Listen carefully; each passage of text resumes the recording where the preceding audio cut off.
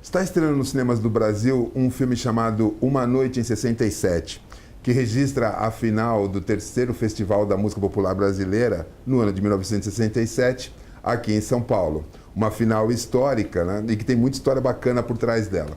Para conversar sobre esse filme, a gente trouxe um dos dois diretores da produção. Um é o Renato Terra e o outro é o Ricardo Calil. Então eu começo perguntando para o Ricardo Calil.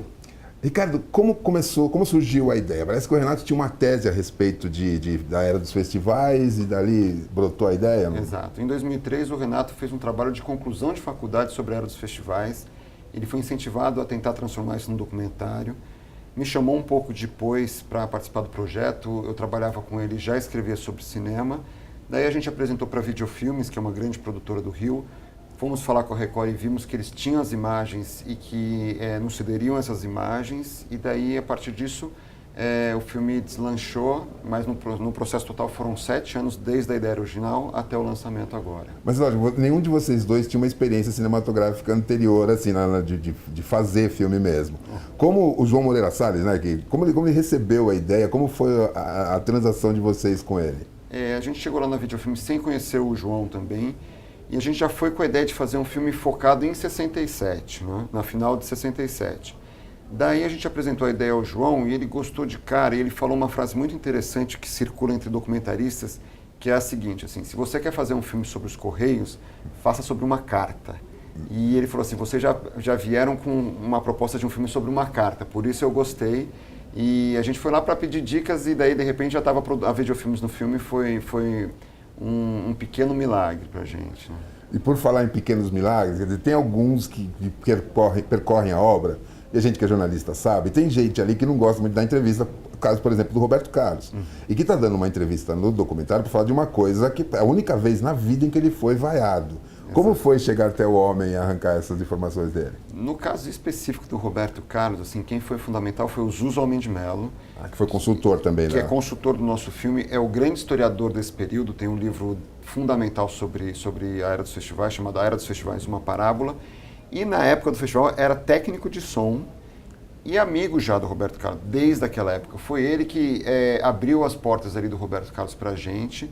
E foi ele que conduziu a entrevista com o Roberto. A gente estava lá também fazendo perguntas, mas ele fez a maioria, o Zusa.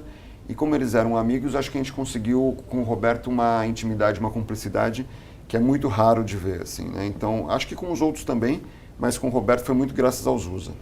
Certo. E outro sujeito que, quer dizer, uma cena emblemática desse festival é o Sérgio Ricardo tentando interpretar Beto Bom de Bola, o Teatro Paramount inteiro vaiando, e no final ele quebrando o violão.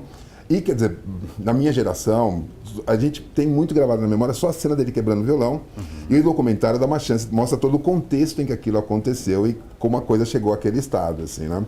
E como é que foi conversar com o Sérgio, assim, a respeito disso? Assim? O Sérgio foi incrível, assim, foi um entrevistado maravilhoso. Ele é um grande compositor, assim, fundamental, influenciou Chico Buarque, Geraldo Vandré e tudo mais, porque começou a botar tema social na música brasileira. É bom cineasta, é bom pintor e tudo mais, e recebeu a gente super bem, apesar de ser um tema difícil para ele, que estigmatizou o Sérgio Ricardo, assim, né? Quer dizer, ele é muito lembrado por essa cena, apesar de ter uma obra muito maior. Mas ele foi extremamente generoso, tanto na hora de nos receber, como agora nas manifestações dele sobre o filme, né? E você percebe, assim, por exemplo, no trailer do filme, a gente vê uns trechos de entrevista, e tem um do Gilberto Gil falando como foi traumática aquela fase para ele. Agora, depois de ter terminado a obra, por que foi tão traumática para o Gil essa fase? 2 meses antes do festival, houve uma manifestação que ficou conhecida como a passeata contra as guitarras elétricas. O Gil foi a essa passeata porque foi chamado pela Elis, pelos colegas dele da época, foi a passeata e 2 meses depois ele vai se apresentar na eliminatória do festival com guitarra elétrica, com os Mutantes acompanhando ele.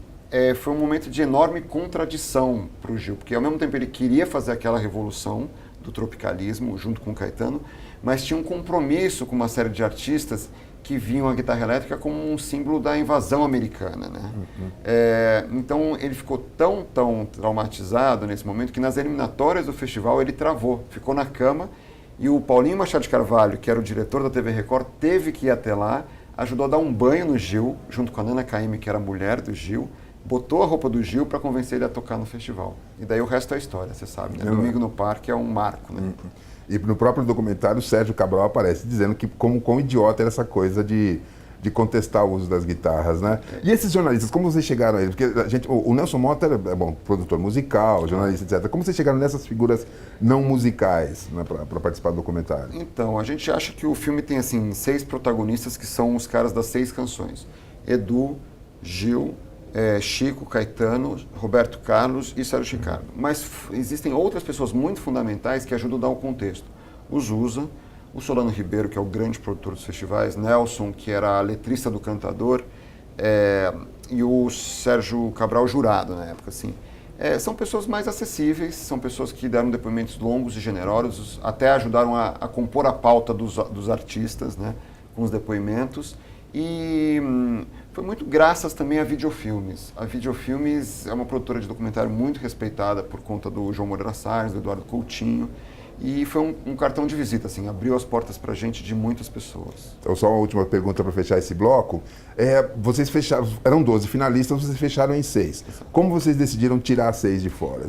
Foi um processo doloroso, um longo processo de decantação na montagem.